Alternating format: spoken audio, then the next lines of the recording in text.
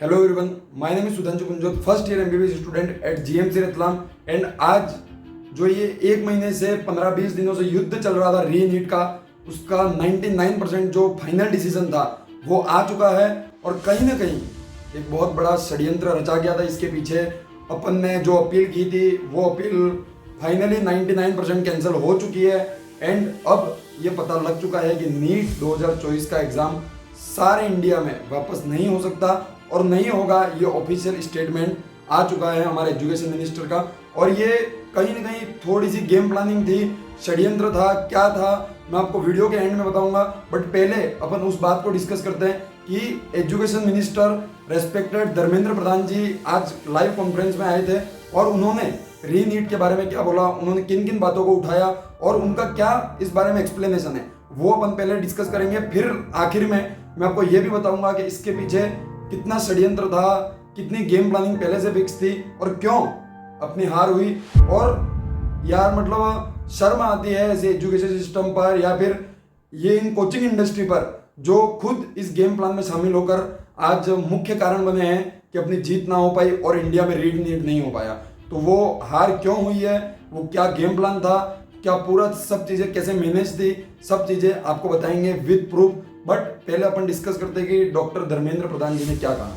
तो आज education minister जो थे लाइव आए थे, उनका कॉन्फ्रेंस था एंड उन्होंने सबसे पहले बात की यूजीसी एग्जाम की जो कि कल हुआ था। उन्होंने बताया कि हमने इस एग्जाम को कैंसिल कर दिया है बहुत सारे इशू के कारण। अब अपन उस टॉपिक पे नहीं जाते। फिर वो आए री नीट के ऊपर। जब री नीट के ऊपर उन्होंने बात की तो उन्होंने सीधा क्लियर शब्दों में कह दिया कि री नीट अब होना पॉसिबल नहीं है। री नीट होगा केवल उन 1563 बच्चे के लिए, पूरे इंडिया में री नीट होना पॉसिबल नहीं है। क्यों नहीं है वो पॉसिबल, उन्होंने स्पष्टीकरण जो दिए वो मैं आपको बताता हूँ। उन्होंने सबसे पहले कहा कि जहाँ जहाँ पेपर लीक हुआ था, ठीक है, वहाँ हमने पुलिस की इन्वेस्टिगेशन करवाई। जो अपराधी थे, जिन बच्चों का फॉल्ट था इस पूरे मामले में, उनके ऊपर हमने एक्शन ले लिया है। या फिर कुछ रह भी गया है तो अब हम आगे लेंगे, बट उन बच्चों के खिलाफ केवल एक्शन लिया जाएगा, पूरे इंडिया पे कुछ इफेक्ट नहीं पड़ेगा नीट पे, ठीक है। दूसरी चीज उन्होंने बताई, जो प्रॉब्लम ग्रेज मार्क्स की थी वो पहले ही सोल्व हो गई है, उसके ऊपर हमने पहले ही री नीट करवाने का डिसीजन ले लिया है। देन उन्होंने ये बताया कि मैंने यूजीसी का एग्जाम कैंसिल करवा दिया, बट नीट का एग्जाम क्यों कैंसिल नहीं हुआ और री नीट क्यों नहीं हो रहा है, उसके ऊपर उन्होंने कारण बताया कि यूजीसी के एग्जाम का रिजल्ट नहीं आया था एंड नीट के एग्जाम का रिजल्ट आ गया है। तो कई सारे ऐसे बच्चे हैं जिनके अच्छे मार्क्स आए, जिनका सिलेक्शन हो रहा है, उनके भी मतलब हित को सोचते हुए, उनकी अच्छाई को सोचते हुए, उनके साथ गलत ना हो, उनकी मेहनत व्यर्थ ना हो, इस कारण से उन्होंने बोला कि किसी भी एग्जाम का रिजल्ट आने के बाद उस एग्जाम को वापस कंडक्ट करवाना पॉसिबल नहीं है। क्योंकि कई ऐसे बच्चे हैं जिनके अच्छे मार्क्स आए, क्योंकि अगर हमने वापस करवाया तो उन अच्छे बच्चों के साथ जिनके अच्छे मार्क्स आए उनके साथ कहीं कहीं गलत होगा, इसलिए रिजल्ट आने के बाद एग्जाम को वापस करवाना पॉसिबल नहीं है। ये उनका क्लियरिफिकेशन था नीट को लेकर। एंड कहीं ना कहीं मैं अगर अपनी राय दूं तो ये चीज़ गलत भी है, सही भी है। सही इस मामले में है कि यार सही है क्योंकि जिनका सिलेक्शन वास्तव में रियल तरीके से हुआ है उनको आप वापस एग्जाम दिलवाएंगे, कई लोग रह गए तो फिर वो आंदोलन करेंगे। एंड गलत ये भी है यार कि जब ये धांधली हुई तो आपको इसके खिलाफ कोई एक्शन लेना चाहिए था, नहीं लिया, ये पूरा मैटर बढ़ गया, उसके बाद आपने लिया। उसके बाद धर्मेंद्र प्रधान जी एनटीए पर भी कुछ बोले कि एनटीए ने इस पूरे मैटर में बहुत सारी गलतियां की है एंड हम सब मिलकर उसके ऊपर एक्शन जरूर लेंगे, कमेटी बैठाएंगे, जो एनटीए के कार्यकर्ता जिन्होंने ये गड़बड़े की हैं उन सबके खिलाफ सख्त एक्शन लिया जाएगा और हो सकता है कि आने वाले टाइम पर एनटीए नीट का एग्जाम ना भी करवाए। ये सारी चीजें क्लियर हुई है। देन बात करते हैं अपन की इस पूरे के पीछे क्या गेम प्लान था। कल मैंने अपने चैनल पर एक वीडियो डाली थी जिस वीडियो में मैंने बताया था कि एनवी सर ने और बीएम सर ने सारे इंस्टाग्राम, यूट्यूब, हर सोशल मीडिया हैंडल से, ट्विटर वीटर से उनकी सारी री नीट की पोस्ट डिलीट कर दी है। एंड आज एजुकेशन मिनिस्टर जी लाइव आते हैं और बताते हैं कि यार नीट वापस नहीं हो सकता है।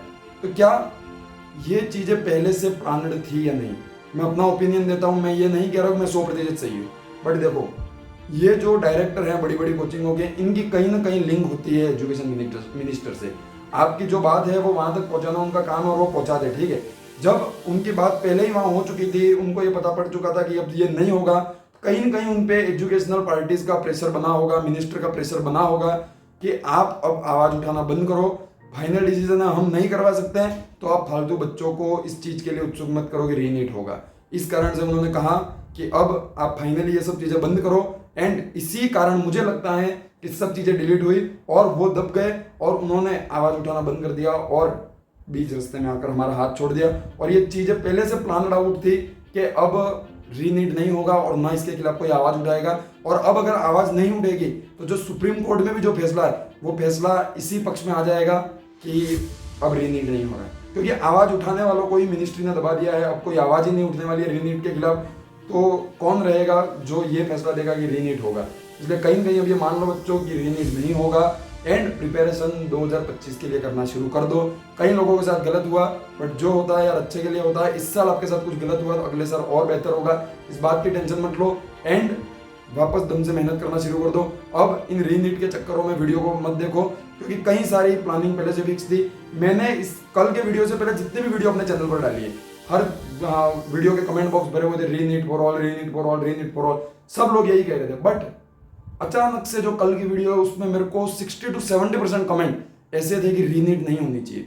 अब ये कमेंट करने वाले कौन थे, कोई स्पैमर्स थे, कौन था मुझे नहीं पता, बट कहीं ना कहीं ये चीज़ें पहले से फिक्स थी, पहले से प्लानिंग थी कि अपन पूरा सिस्टम दबा देंगे। जो यूट्यूबर विरोध कर रहे हैं उनका कमेंट बॉक्स में ऐसा कुछ करेंगे, उनको नोटिस भेजेंगे, उनको मेल करेंगे, उनको रुकवाएंगे एंड देन हर जगह से आवाज़ दब जाएगी तो हम फाइनली आके बोल देंगे कि रीनीट नहीं होगा और फिर सुप्रीम कोर्ट भी कुछ नहीं कर पाएगा।